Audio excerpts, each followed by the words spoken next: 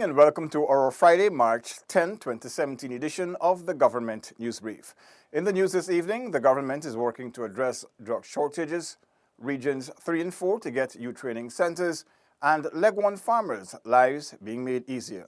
These and other stories when the news returns. Stay tuned. Thank you for staying with us. I'm Paul McAdam. Here are the details. The government is working to address drug shortages at health institutions. More in this Sonika Thorne report. Government is working to address drug shortages countrywide and more specifically at the New Amsterdam Hospital Region 6. Minister of State Joseph Harmon explains that the drug shortage at the New Amsterdam Hospital Region 6 are very specific. Minister Harmon says that there are shortages of a particular type of drug but not a general shortage. This was something that the government was aware of before and were taking steps to ensure that it was corrected. So that the drug shortage at New Amsterdam sometimes is very specific. You may have a shortage of a particular type of drug, but not a general shortage. And therefore, the Minister of Public Health is addressing that. Additionally, there were complaints by some of the Region 6 officials that persons from the neighboring Suriname are entering Guyana to utilize medical facilities. Minister Harmon says that steps are being taken to address this concern. Additionally, let me say what I have found also in one of my outreach meetings when I went to Berbice was that there was a complaint made by some of the regional officials that we are having persons who are actually coming from Suriname and utilizing our medical facilities in Berbice because the bulk of it is free. And so you had people coming, a lot of traffic from Suriname coming to New Amsterdam, coming to Berbice and utilizing our system. Meanwhile, Minister Harmon said that Minister of Public Health Waldo Lawrence will make an official statement on the issue of the emergency purchase of $605 million worth of drug supplies. For the Government News Brief, Gabriella Patram. 2 training centers for youths in Regions 3 and 4 are expected to be constructed by the end of this year. Here's more from Delon Sanko. The training centers will be constructed at Denamstel Region 3 and Caldigen on the east coast of Demerara, says Minister of Education with responsibilities for youth, Nicolette Henry. They are expected to be completed within fiscal year 2017. So I expect them by December 31st, 2017 to be completed. That being said, we've already begun works at the Denamstel site. The Caldigen site we're projecting to start as of 1st of April. The establishment of 2 training centers, Minister Henry explains, is to ensure that training opportunities are not centralized. This, she says, will allow for youths across the country to benefit from various skills training. It provides additional spaces for young people to be able to benefit from training opportunities.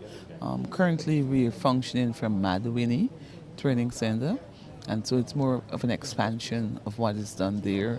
And at Kurukuru and Sophia Training Center, it's really moving to the different locations to ensure people across the length and breadth have access to similar services. The government continues to invest heavily in empowerment and development of youths. The 2 training centers are a part of this effort to ensure youths are given a fair chance to gain the skills necessary to develop themselves and Guyana.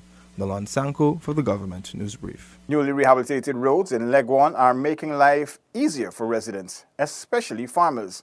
Renata LaFleur has the details. During last year, the Ministry of Public Infrastructure responded to the cries of Leg 1 residents for improved roads on the island.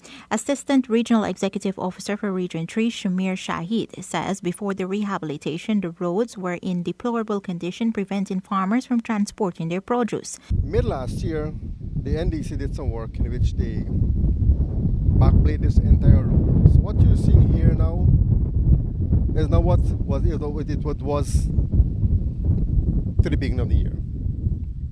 It's like about 75% better now. So you can imagine farmers have to bring their produce through this road, straight along Success, take it to the ferries, tell you how difficult it was. Orlando Staton, who has been farming on the island for a number of years, says the farmland roads is now easily accessible and he's very grateful for the government's intervention. It was quite bad, before, but recently we got it graded up, really, I can say. Even this part, you see, we never had any kind of tar road here in development. So it's good. We can get out the produce now more easily from the farm, and I think generally it's getting somewhere. The Assistant Regional Executive Officer notes that several meters of roads were completed on the island. He reiterates that this intervention is very beneficial to the residents. Within Success, Henrietta and Blamont, we had approximately 2,000 meters of road being done to the asphalt level. We have another 6,000 meters of road that are moved from chip seal to asphalt also. So in a total of 8,000 meters of road finished last year, November. The farmers are much more happy, and at least you can see now that tractor can come out from the back dam and they can take the produce to the ferry stelling. Shahid commends the initiative by the government and hopes it moves on to other communities. For the Government News Brief, Gabriella Patram. Mayor Gifford Marshall says the Bartica Township will soon embark on a revenue collection initiative to help the town undertake green developmental projects. Isaiah Braffett tells us more.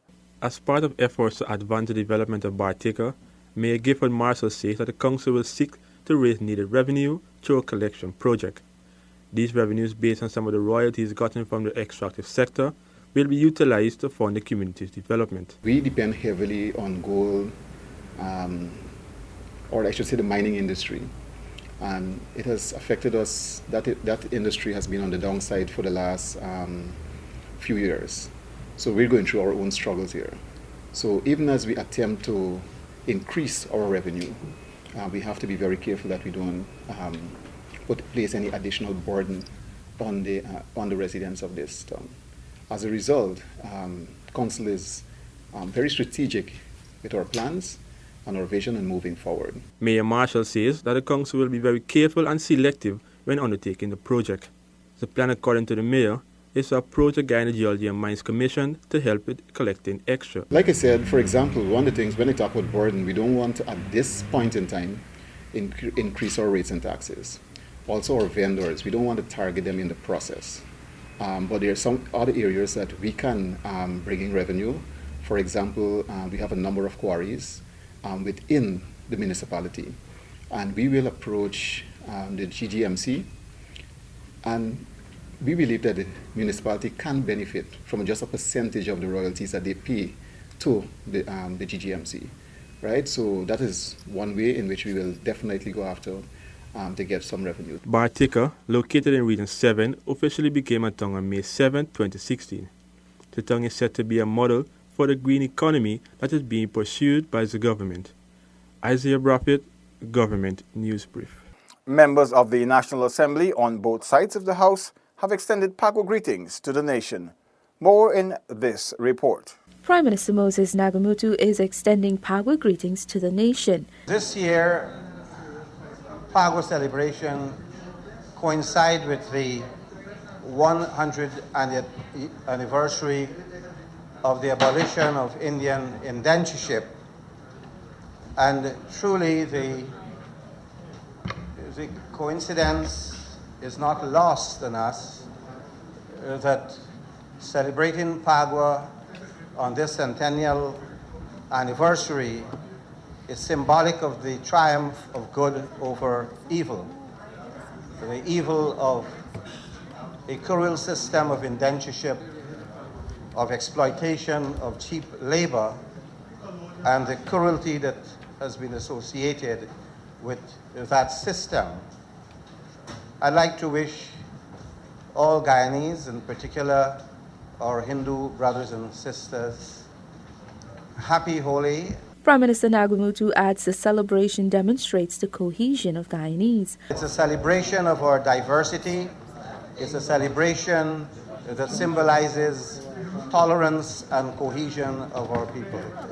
I take this opportunity, therefore, in once again wishing you and this National Assembly happy Holi. Also extending wishes to the country on behalf of the opposition side of the House is Member of Parliament Vindhya Prasad. Mr. Speaker, if you would kindly allow me this evening to speak on behalf of the opposition and to extend warm and fraternal Pagwa Holi greetings to everyone here this evening and to the entire nation Holy Year Pagua is a unifying festival. Pagua will be celebrated on Sunday, March 12. Known as the Festival of Colors, the observation celebrates the triumph of good over evil. For the Government News Brief, Tiffany Rojas. The Guyana Hydrometeorological Service, the National Weather Watch Center, Ministry of Agriculture, has issued an above-normal high tide warning within the next 12 to 48 hours about possible overtopping of sea walls. With the forecasted sea conditions coupled with the current above-normal high tides, coastal areas may experience possible overtopping of sea defenses, which can result in flooding in low-lying and riverine areas. This is expected to generate rough seas with 10 to 11 feet waves or 3 to 3.5 meters in open waters. This has been another edition of the Government News Brief. The details of these and other stories can be found on GINA's website. We encourage you to subscribe to our website and YouTube channel. You can also like and follow us on Facebook to be updated as the news unfolds. Do join us again tomorrow for another edition of the Government News Brief. I'm Paul McAdam. Have a great evening.